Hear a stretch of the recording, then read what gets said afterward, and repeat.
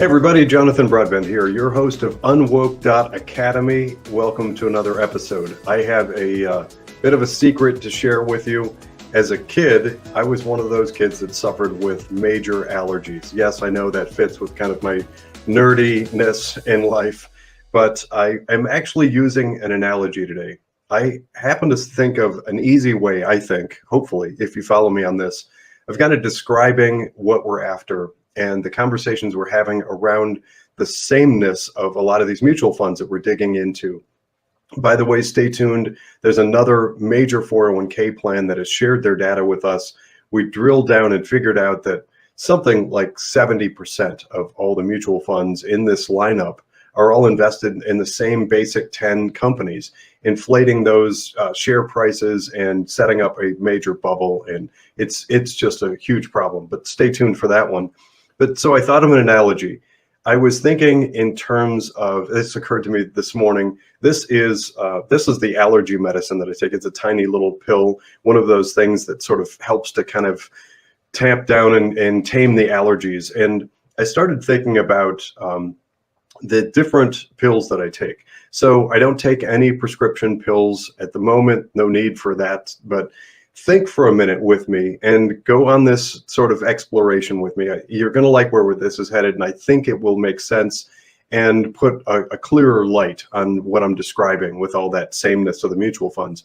So this is, of course, an analogy. This is just simply a hypothetical to illustrate a point. So I was looking in my cupboards, and this is a quercetin pill that I sometimes take if I'm not feeling well. Quercetin, I think, supposedly helps you to feel a little bit better in if your immune system is challenged. You get around somebody who's like sniffling and coughing and sneezing and stuff, and you think, oh my gosh, I don't want that cold. So quercetin, I think, helps in that regard. For me, I just know for a fact my whole life, basically since I was an adult, that zinc helps. So I have zinc lozenges that I take. And for inflammation, I've heard this from my wife, hi honey, that arnica, this is arnica. These are little tablets. They just kind of, you put them in your mouth and they melt under your tongue. And arnica is just an over-the-counter thing. All of these are over-the-counter stuff that serve different purposes. I discovered something from my wife, or I should say that my wife discovered something and then shared it with me a long time ago. And this definitely factors into today's analogy. What she discovered was an article, I think, that she read about one of the major brands of headache pill. I'm just going to be generic today in my description. So there's a company that makes pills and you can take them if you have a headache. And I have noticed, I've seen it since then a bunch of times, and I always sort of chuckle when I see the shelf space in the pharmacy that is dedicated to this brand of headache pill. Apparently, this company went to the FDA, the Food and Drug Administration, and got approval to change their packaging in various different ways and just change the language on it a little bit and the color and the brand. And some of them, they have a purple label and some are green and some are blue or whatever. And they have different sort of terminology on there. And the terminology might be migraine remedy or migraine plus sinus or severe headache or whatever. And so they got FDA approval to make all this different packaging. And they have like 6 shelves, and there are all these different colors of the package of these pills that you can take if you have a headache. What she learned was that there's no difference. They actually just got approval to change the label on the package. The pill inside itself is exactly the same, no matter which color or brand or writing on the bottle. To me, that was sort of telling and informative in an interesting way, because when I think of what happens in the world of finance, it's really kind of the same. There are financial firms out there that want to attract your money for investment dollars, and they jump through hoops and they go through these regulatory exchanges and they get approval for whatever, a mutual fund or exchange traded fund or something, because what they want is to be able to manage your money and make money off of that. That's how they make money. And many of them make really big money off of attracting and managing money for you. So they go and get approval for cute sounding, interesting, engaging, fun sounding names for their investment, because of course they're not going to name it like blah investment pool. Nobody would invest in that. So they have these great sounding names like the Elite Extraordinary Global Investment Guru Fund, or whatever. I'm making that up. If it actually sounds like something that is actually in existence, that's just by happenstance. I'm not actually impugning any fund out there, not in this video. I do in other ones. But so they go out and they get all this approval to get this new thing, and then they can market it like crazy. And they have commercials, and they'll probably get a celebrity or two and come on, they're like, my life is so much better now that I have the Elite Mega Global Guru Fund, whatever. And they're supposed to convince you that by going there and getting that thing, that you'll be better off. Now, here's where my analogy comes in. Imagine for a moment. First, I want to ask you to envision whatever array of pills are around you in your life. Yes, this is an analogy and it's hypothetical, and this is not based on any actual examination I've done of any pills or anything. It's simply an analogy. But imagine for a minute all the different pills that you have. If you have kids pills and ointments and throat sprays and lotions and salves and everything. Imagine all of it as a category, the different stuff that you take, prescription, not prescription, over the counter, all of it. I want you to envision for a minute what all of that stuff looks like and the place that it fits in your life. Imagine, again, this is hypothetical. Imagine if I came to you and told you I'd done chemical compound analysis of all of them, and every one, 96% of them, had the exact same chemical composition. What would you say? How would you respond to that? Feeling that you have all these different looking vials and big size pills and little pills and oblong pills and blue and brown pills and white pills and different colors. They all look different and they all have different labels on them. What if I came to you and said they're all virtually identical? It's the same thing that you're taking in different feeling, different looking label, and maybe it's a different shape, but your body is actually getting the same thing over and over and over again. And what if I told you that that thing, the composition, the compounds that are in that thing that you're taking, the pill or the shot or the lotion or the salve or the throat spray or the nasal spray or eye drops or whatever, what if I told you that it's harmful? That it's actually, we've done analysis on it and I can show you that it's just bad and you shouldn't want it, but you're getting it over and over and over and over again. That would be alarming to anybody, and everybody should be upset by the prospect that that's happening to them. Well, the pills, let's set that analogy aside. I assume that whatever pills you have, I hope for you that they're all legitimate and good and that they're helpful and that you feel better for whatever the thing is that you're taking a pill for. Now, that set aside, let's look at the world of finance. That's actually true in the world of finance. I'm sorry to report that everything that I'm finding and everything that I'm reporting points to exactly that in your financial life. The way that's happened is kind of sophisticated and ugly and nefarious. So you're going to have to follow me on this for a minute. But there's something called the Corporate Equity Index. We've talked about it before. It works like a social credit score for corporations. It's the thing that's forcing corporations to do horrible, bad things and inflict self-harm upon themselves. They're doing things that their clients and the customers don't like. And the world is wondering, why in the heck are you doing that? And we're fighting back. And there are people all over social media who are commenting and tracking. And a few times people have gone into boycott mode.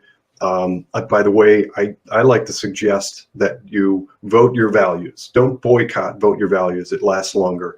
And remember, of course, our mantra, diss the globalist left. That stands for know where you donate, invest, and spend. It makes a world of difference, literally, where your money goes. And if you're funding the very things that are working against American and Western interests, Western values, and are harming your perspective and your value system, don't. Just stop. But that aside, that was kind of a side note within this discussion. But so what I'm finding, and I have another one from last week that's probably even more pronounced than any other that I've seen. This is a good sized 401k plan that shared with me their investment lineup. I have a lot of other detail, but looking at their investment lineup, I actually went into the underlying investments of each of those. Because remember, it's important to note that when you're buying a mutual fund or an exchange traded fund or anything like it, you're really just giving authority to somebody else to buy and sell stuff for you. They're buying stocks and companies or whatever. And yes, it's absolutely true that there are some managers out there that are good, that have kept their eye on the ball, that have not given into the woke craze, and they're not using the kerfluffery nonsense of, it's crazy. The virtue signaling is through the roof on these websites and the promotional materials. I get it mailed to me all the time that tell us that they're going to, through their mutual fund, they're going to solve the world's environmental and social and governance, and that their DEI, diversity, equity, and inclusion is going to be more equity and inclusion than the other inclusion of the past, and they're going to right the wrongs of the world, whatever. That's clearly not the case. And I don't think any of them have any clear idea or understanding. And I'm still actually fighting tooth and nail. I'm literally holding these people's feet to the fire, politely and courteously and professionally, and telling them, define that for me. Because if you can't, I can't possibly, in good conscience, go to the people who listen to me and value my opinion and my decades of experience in financial markets and financial fiduciary due diligence that's thrown in there for you nerdy types like me. I can't go to people and tell them invest in this woke-a-doodle fund because they're more woke and inclusive, and equity because diversity, and that doesn't actually mean anything. Until somebody comes along and defines it and says that equity means this, here's your definition, this is solid, you can hang your hat on it, and here's where it was bad, this was bad, and here's why, and we plan to fix it by going in this direction, and here are the steps and measures that we're going to do to get there. And by the way, we've tested and researched, and we can show you the financial implications. Until somebody does that, it's kerfluffery. It's nonsense. It's just smoke and mirrors cloud talk about virtue signaling. And there's nothing there. There's no there. So when we get into looking at the composition of your investment portfolio, there are a couple of pieces. The first thing to note, and I plan on doing a full episode. I can do an episode on that one plan that was shared with me last week. It's really bad.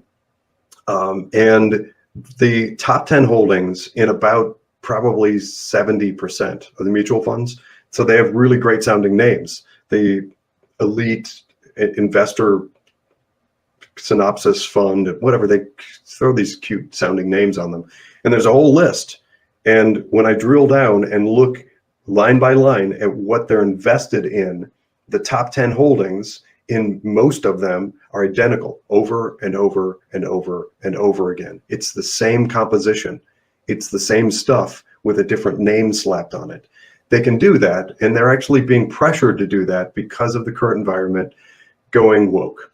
This whole nonsense, replacing the tried and true methods of fiduciary due diligence, again, that's for you nerdy types, and looking into the actual merits of the investments that they do. Where's their money going and why? So there's another hidden harm that is catastrophic, and it's totally house of cards. And you got to know about this. Everyone probably by now has some at least basic understanding of what an index is. When you talk about the S&P 500, that's an index. It's sort of representative of an area of the market.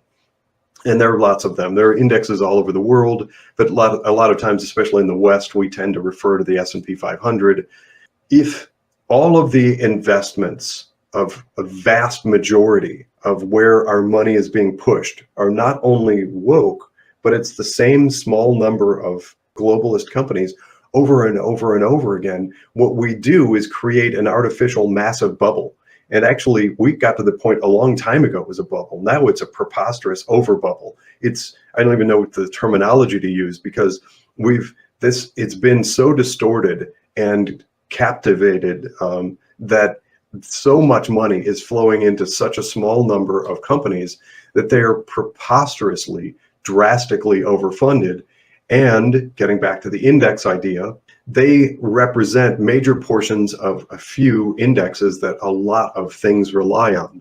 So not only is that mutual fund itself or exchange traded fund or whatever, that the manager that's managing your money, that is steering trillions of dollars into these, and they're mostly invested in the same small handful of globalist companies, not only are they doing that to the detriment of other companies that need the cash flow and would like to have the support and the capitalization and share price valuation that's reasonable with the amount of work they do, but also it sets up a recipe for disaster for all the companies and all the things out there that rely on that index. So they kind of actually represent collectively major portions of several global huge indexes. And if those indexes collapse, it's not just the company, and it's not just the mutual fund, and it's not just your portfolio, but it's the things that rely on them. And that gets a little sophisticated. I'll save that for another conversation. But there are things out there that sort of benchmark their financial product or positions based on the index. If that index suddenly just drops precipitously to drastic lows, all of that falls apart, all of it, not just your portfolio. And why in the world would you want that? So here's where we are, and it's unfortunate, but I really got to encourage you to take a look. If you're not doing it, get some help, find somebody else, find a nerdy type like me. Send us your stuff, by the way. If you have a 401k, by all means, send to info@unwokeinvesting.com. It's unwokeinvesting.com. Yes, I have that domain. And info, we'll get into our inbox, we'll share it and take a look at that. I can't promise to get to everybody, but if you've got a 401k, IRA, or something like it, where you've got a menu, you're presented with a menu of different investment options, send us that menu. We want to drill down into it and get as many as possible and keep publishing that research. It's your job to do a few things. Protect yourself, look at the actual underlying investments, and figure out if you're being funneled into woke, because of course that's a huge part of the mission here. Let's defund the woke. But also if those are the same like 12 companies, woke, but also overfunded, that you're being pumped into over and over and over and over again. I mean, everybody knows the idea of a market high. If it's those companies and you look at the stock price, and the stock price is just astronomically high in all of the investments or most of the underlying investments in the mutual fund that you're in, get out of that thing. Do it now, overnight. Send the instructions immediately. Get out of that. Go into something reasonable that is not putting your money in outlandish, ridiculous jeopardy. Yes, I know that there are lots of people out there that are sort of market followers. I've seen it through my entire career. Like when the market is up, they feel really happy and feel like nothing can go wrong. And when the market is down, they feel like doom and gloom, and the markets are awful, and they want to go to cash. And everybody who knows reasonable investor behavior knows it's the opposite. When the markets are high or higher, or in the case of the things that we're talking about, that cabal of elitist globalists, overfunded, if it's just astronomically, preposterously overvalued and just ridiculously too high, and it is clearly, in my book, absolutely a bubble, that's not the time to invest in that. That is absolutely not the time to invest in that. And remember that there are other companies out there that are worthwhile, that are doing things that have good valuation, and maybe their stock price is low or reasonable, and it's a good time to get into those.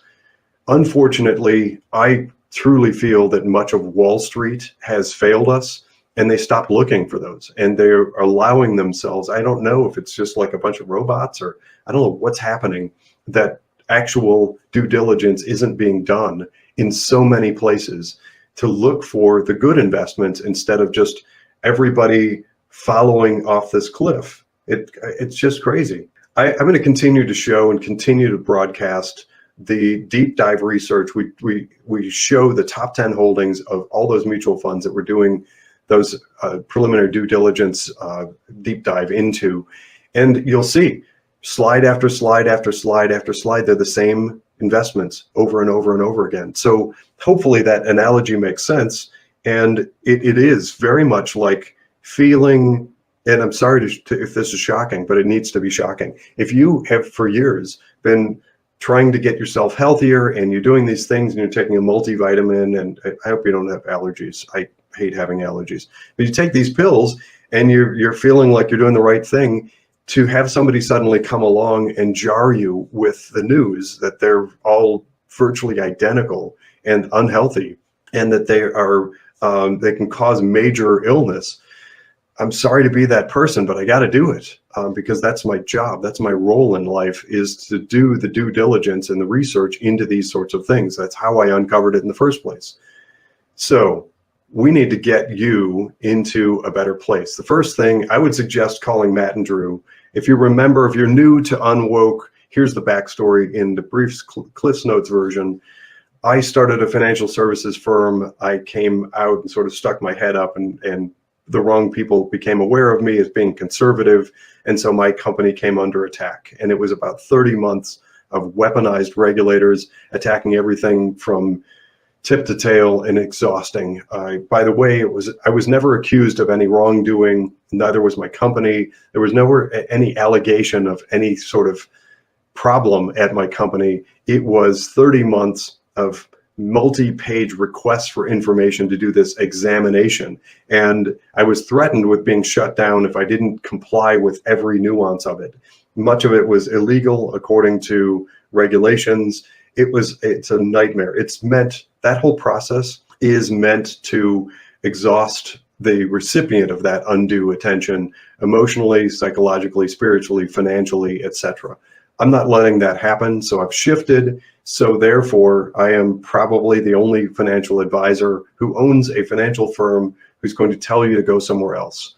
Matt and Drew over at Inspire Advisors, they're a firm that is putting up the good fight. I hope and pray that they don't come under the same sort of attention or attack. They're doing all the right things to navigate carefully without drawing that attention. For me, I think it might have been my activities advocating for K through 12 education and fighting against masking children and the jabs and stuff. It might have been that. I don't know. It might have been advocating for First Amendment rights with Citizens for Free Speech. That's a great group.